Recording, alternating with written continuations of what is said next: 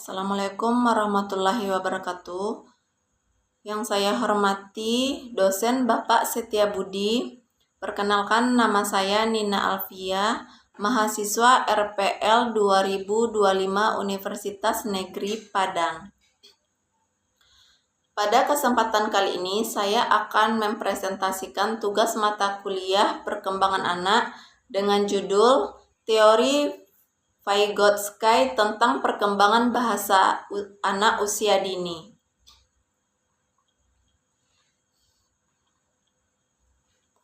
Bagaimana lingkungan sosial dan interaksi dapat mempengaruhi perkembangan bahasa anak?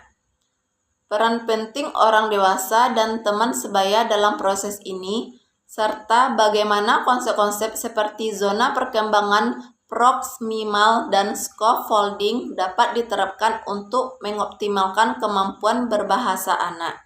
Contohnya, peran lingkungan sosial, penerapan konsep ZPD, fungsi bahasa batin, dan perkembangan kemampuan berpikir. Seseorang psikolog Rusia yang fokus pada perkembangan bahasa anak dari sudut pandang sosiokultural, pengalamannya sebagai Yahudi di Rusia mempengaruhi teorinya. Vygotsky melihat bahasa sebagai alat penting dalam proses berpikir dan interaksi sosial. Ia percaya bahwa bahasa terkait erat dengan konteks sosial dan bukan hanya sekedar unit-unit terpisah. Vygotsky menentukan bahwa setiap kata memiliki dua makna, yaitu menghubungkan fenomena dengan objek nyata dan menghubungkan satu kata dengan yang lain. Bahasa sebagai alat psikologis membantu individu dalam interaksi sosial, mengatur perilaku, dan membentuk pola pikir. Perkembangan bahasa dimulai sejak bayi ketika mereka mengenal diri dan lingkungan mereka melalui interaksi dengan orang-orang di sekitarnya. Perkembangan bahasa pada anak terjadi dengan beberapa tahap, yaitu yang pertama, tahap di mana dunia pengetahuan anak terdiri atas model mental dari peristiwa yang dialami anak. Yang kedua, anak telah mampu memindahkan model mental dalam bentuk kata sehingga anak tersebut dapat mengkonsumsikan model mentalnya kepada orang lain. Yang ketiga, anak mampu memahami ekspresi ucapan orang lain. Yang keempat, anak dapat mengkonstruk model mental terbaru berdasarkan pernyataan orang lain. Perkembangan bahasa selanjutnya anak usia dini adalah private speech dan inner speech.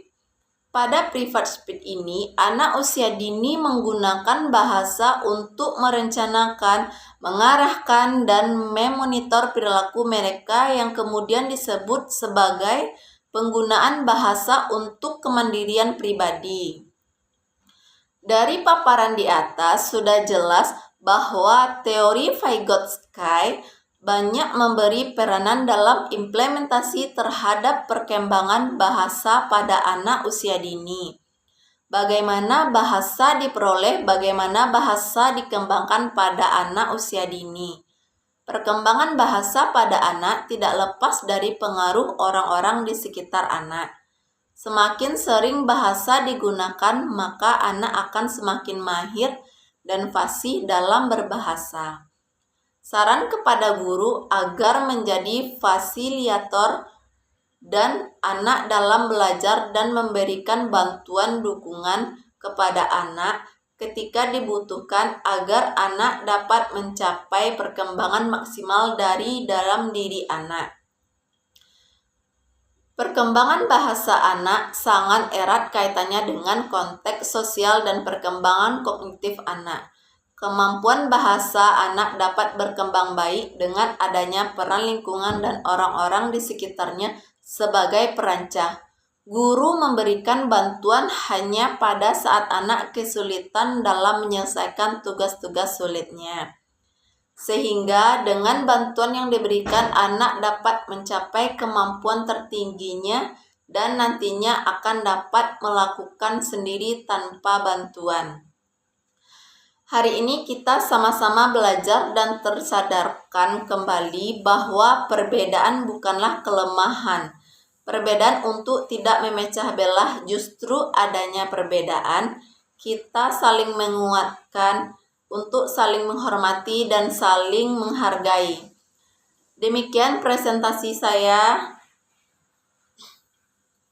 Semoga bermanfaat. Saya Nina Alfia, terima kasih dan sampai jumpa.